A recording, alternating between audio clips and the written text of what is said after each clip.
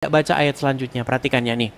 Nih, marilah kita memuaskan birahi hingga pagi hari dan bersama-sama menikmati asmara. Karena suamiku tidak di rumah, ia sedang dalam perjalanan jauh. Nah, cuman dibaca 2 ayat ini sama mereka. Nah, ini kerjaan orang Islam. Dia tidak baca ayat selanjutnya. Padahal ayat selanjutnya berbicara mengenai nasihat. Nih, perhatikan. Iya. Perhatikan. Ia, maksudnya perempuan ini, ya. Ia merayu orang muda itu dengan berbagai-bagai bujukan, dengan kelicikan bibir ia menggodanya. Maka tiba-tiba orang muda itu mengikuti dia seperti lembu yang dibawa ke penjagalan. Binawan, selamat malam. Malam. Ya, Muslim bang. Kristen bang. Kristen lagi. Oke, kita kasih kesempatan dulu bang ya kepada yang Muslim bang ya. Atau ada mau abang sampaikan? Soalnya tapi wajib nyalakan kamera bang. Oke, siap bang. Siap. Oke, mungkin ada yang mau abang sampaikan, silakan.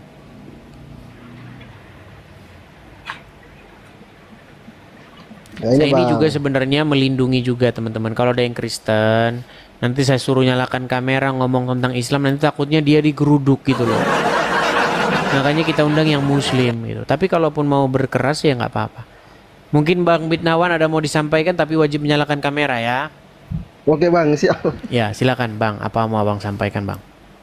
Nggak gini sih, aku ini fans sekali sama Bang Edis karena udah banyak sih hal yang aku dapat dari Bang Edis. Tapi begini bang, tidak boleh fans kepada saya bang. Kita itu harus ngefans sama Tuhan Yesus saja. Oke, siap. Iya. Maksudnya salah satu toko ya di iman Kristen ya kayak gitu. Kalau saya salah satu toko yang bertanggung jawab atas keimanan Kristen. Ya. Oke. Hanya itu bang? Gini bang. Ayo silakan. Sabar bangnya, gue pakai headset dulu. Soalnya sini hujan bang. Hujan, oke. Tadi kan saya lagi di roomnya Yusuf, Pak Ustadz Yusuf itu tadi. Terus? Nah, tadi saya di roomnya Pak Yusuf. Terus di sana dia nanya, dia pakai dia pakai judul. Judulnya? Dia pakai judul, di situ judulnya dia bilang begini, judulnya kenapa Yesusnya Tuhannya orang Kristen itu hilang, dicuri. Dia pakai konteks ayat dalam Yohanes 22, Bang. Oke, di mana Maria Magdalena di situ sedang menjenguk ke dalam kubur Yesus, kemudian dia bertemu dengan seseorang yang disangka dia adalah seorang penjaga kebun, padahal itu adalah Yesus itu sendiri. Nah, kemudian Maria Magdalena mengatakan bahwa Tuhanku diambil orang, kan begitu? Iya, seperti itu, Bang. Makanya saya sudah pernah bilang ya, memang ya ketika kita menerjemahkan kata kurios itu dengan kata Tuhan, itu memang banyak menimbulkan kesalahpahaman di para penerjemah, para pembaca Bible begitu. Padahal sebenarnya Bang ya, di dalam Bible itu tidak ada kata Tuhan dan tidak ada kata Tuan. Yang ada itu kata kurios. Iya. Kurios itu sebenarnya kata yang sama dengan kata Rob itu. Itu kalau bahasa Inggrisnya itu adalah Lord. Atau kalau bahasa Jawanya itu Gusti. Iya. Nah, ketika kata itu diterjemahkan menjadi kata Tuhan, memang itu akan menjadi sesuatu yang lucu. Masa Tuhan diambil orang? Gimana nih Tuhanmu dicolong orang nih gimana?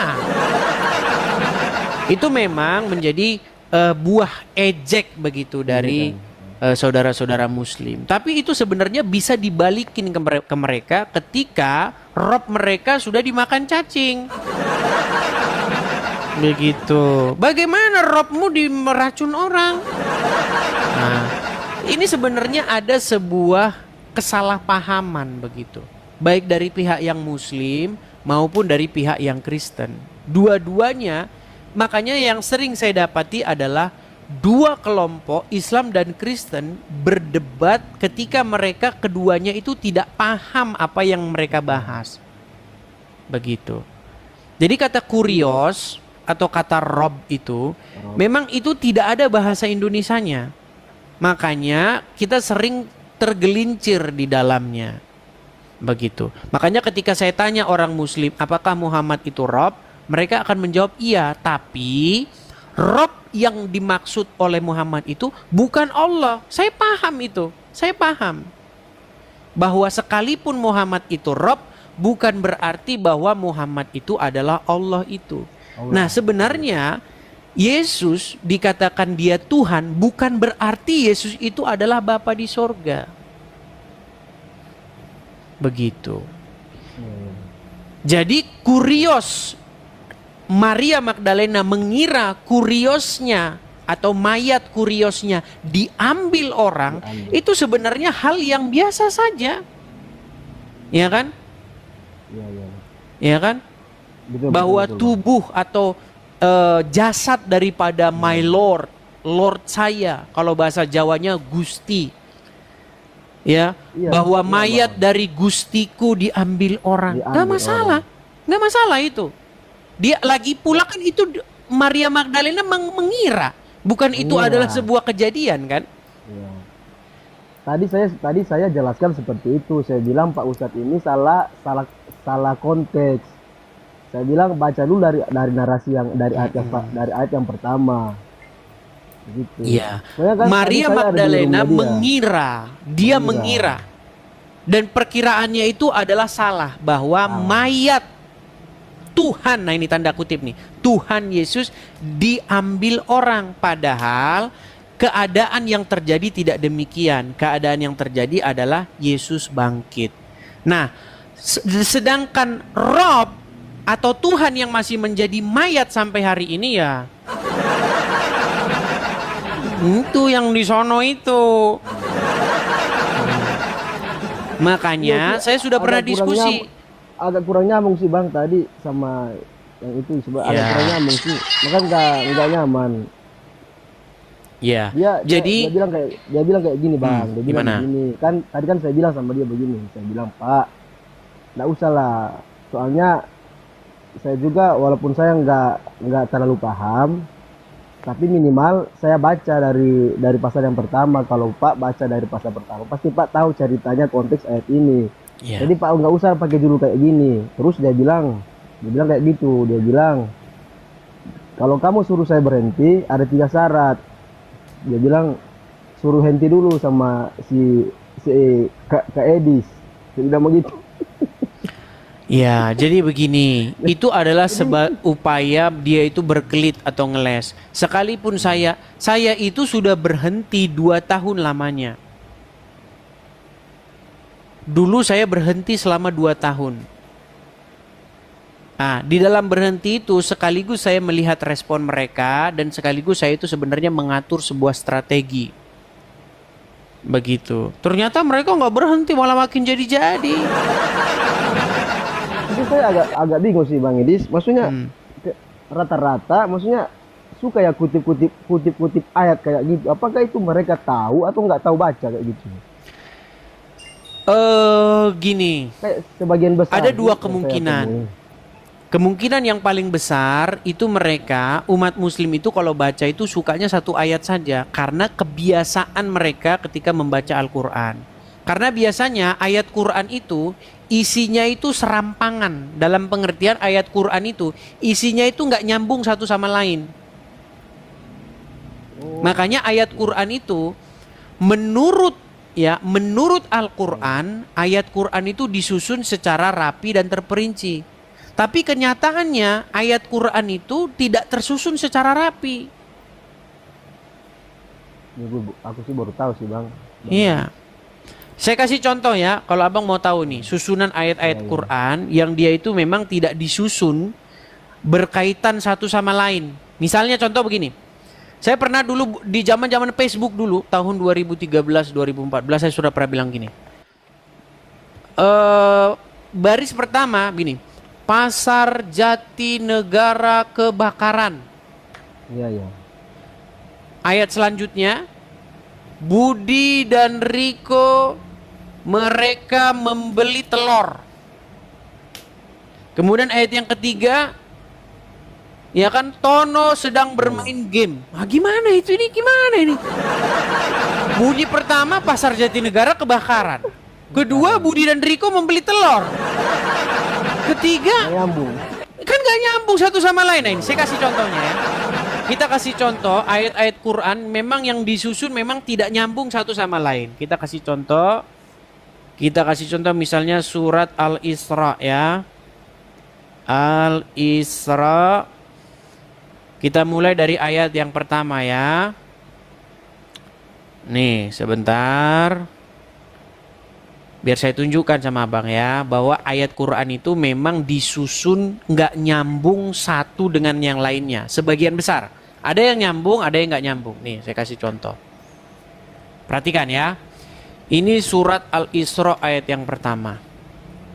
Maha suci Allah yang telah memperjalankan hambanya pada satu malam dari Masjidil Haram ke Masjidil Aqsa. Ini kalau menurut umat Islam ini katanya Muhammad nih yang diperjalankan ya.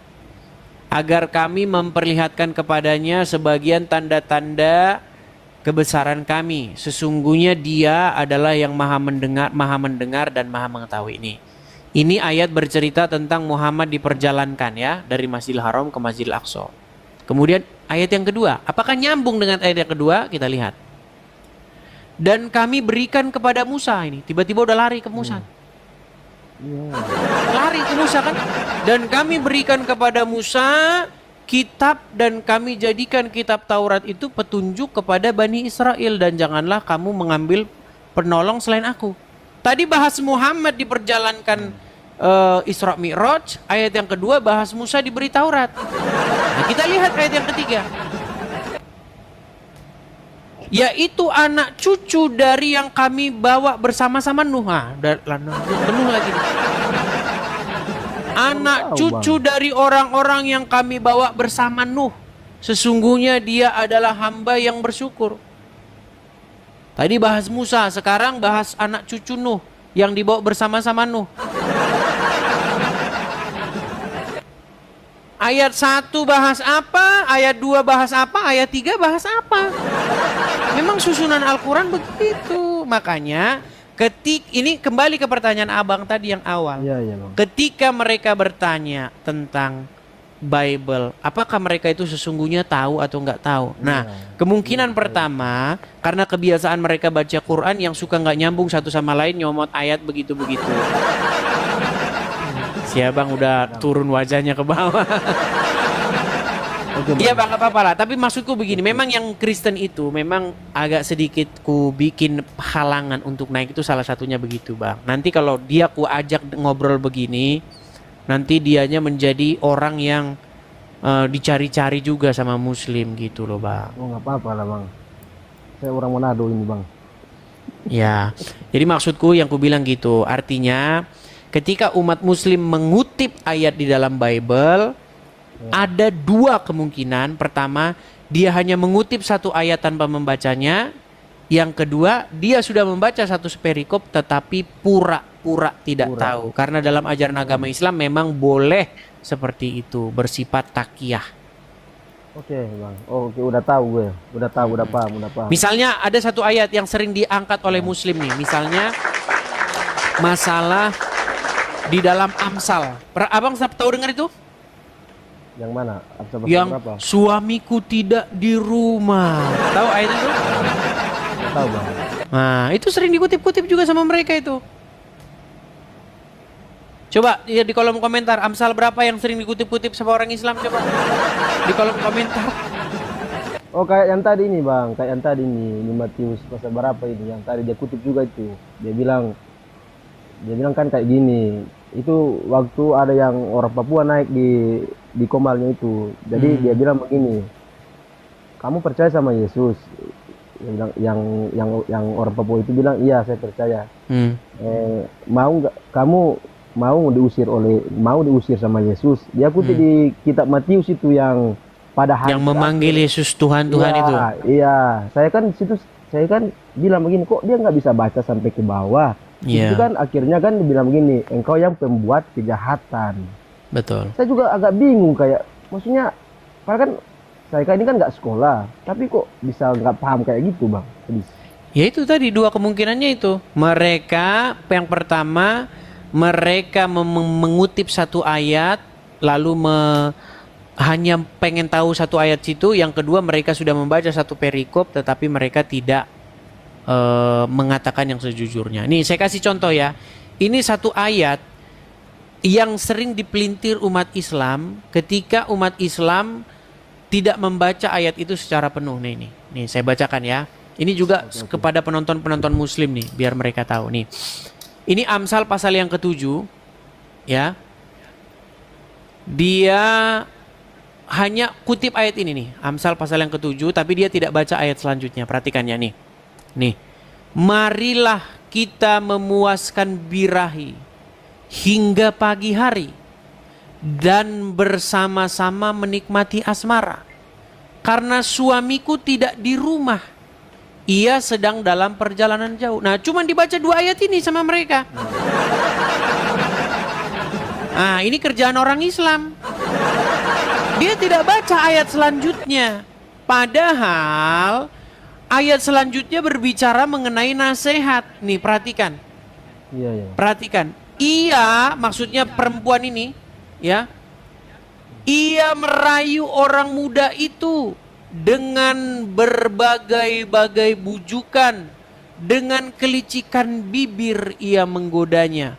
Maka tiba-tiba orang muda itu mengikuti dia seperti lembu yang dibawa ke penjagalan dan seperti orang bodoh yang terbelenggu untuk dihukum. Sampai anak panah menembus hatinya, seperti burung dengan cepat menuju perangkap, dengan tidak sadar bahwa hidupnya terancam. Iya, ini sebenarnya nasihat-nasihat bagaimana janganlah seorang anak muda bisa ya terperangkap oleh wanita-wanita yang seperti ini. Tapi muslim bacanya cuma di sini saja. Marilah kita memuaskan birahi, kerjaan orang Islam. Kayak porno gitu ya. Tidak dibaca ayat utuhnya gitu loh. Itu sama seperti kita, makanya orang Islam kalau pergi ke dokter itu tidak saya sarankan, Bang. Mereka saya sarankan mengikuti sunnah Nabi, minum kencing onta. Karena kalau mereka pergi ke dokter, misalnya ada dokter kan suka bikin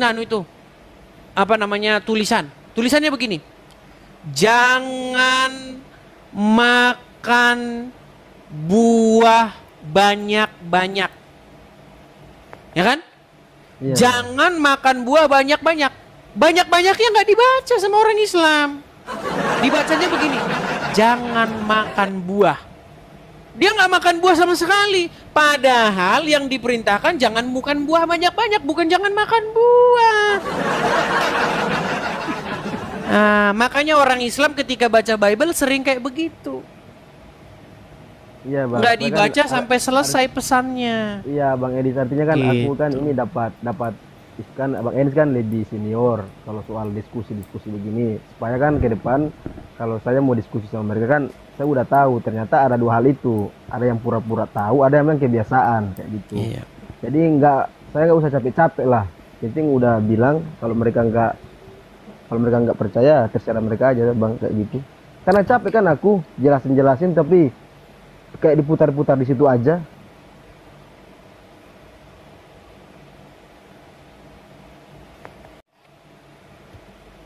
Guru bukan Turun. Biasa aja bang. Karena aku serba saya salah, Bang. dari saya dari Sulawesi Utara bang ya. Jadi kalau bahasa Indonesianya kurang mantap karena saya dari Sulawesi Utara. Iya, salam kenal Bang. Gini, banyak saya itu serba salah Bang. Ada orang Kristen naik, kalau nggak dinaikkan, saya dibilang Bang, kenapa kau itu anu banget Bang? Orang Kristen mau naik, nggak kau kasih naikkan. Bukankah mereka itu yang support kamu katanya? Giliran saya naikkan, turun kan? Jadi serba salah kan Bang? Gitu. Apa? Namanya dunia. Oke lah, media yang penting gitu, sudah Bang. sempat saya naikkan, tapi jangan lama-lama Ya, gitu Bang. Bang ya. Kita berikan kesempatan Oke, kepada muslim yang lain ya. siap. Oke, Siap, Bang. Terima makasih kasih banyak, Bang Bang. Bit, Siap. Berkat selalu, Bitnawan. Bang. Oke, saya turunkan Bang Bitnawan. Ya, Selamat Bang. malam. Thank you. Malam. Oke. Itu ya teman-teman ya. Silakan ya kepada muslim-muslim. Di dalam diskusi ini saya percaya bahwa perbedaan keyakinan bukanlah alasan untuk perpecahan, tetapi justru untuk saling belajar dan memahami satu sama lain. Dengan dialog yang terbuka dan saling menghormati, kita bisa membangun masyarakat yang lebih harmonis. Saya mengapresiasi upaya untuk menghargai keragaman kepercayaan.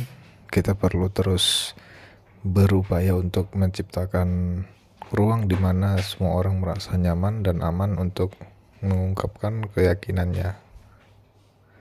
Saya pikir penting untuk diingat bahwa kita semua adalah manusia yang berjuang untuk menemukan makna dan tujuan dalam hidup. Perbedaan dalam keyakinan tidak harus membuat kita merasa terpisah, tetapi seharusnya membuat kita lebih bersyukur atas keberagaman yang ada. Saya selalu tertarik untuk belajar lebih banyak tentang agama dan kepercayaan. Semakin banyak kita ketahui, semakin besar kemampuan kita untuk memahami orang lain. Saya pikir sangat penting untuk memahami dasar-dasar ajaran agama, karena ini membantu kita untuk memahami perilaku dan nilai-nilai yang dianut oleh pemeluknya. Disclaimer, ini hanyalah diskusi, bukan ajang untuk mencari pemenang atau juara. Jadilah penonton yang baik dan bijak. Tuhan Yesus memberkati.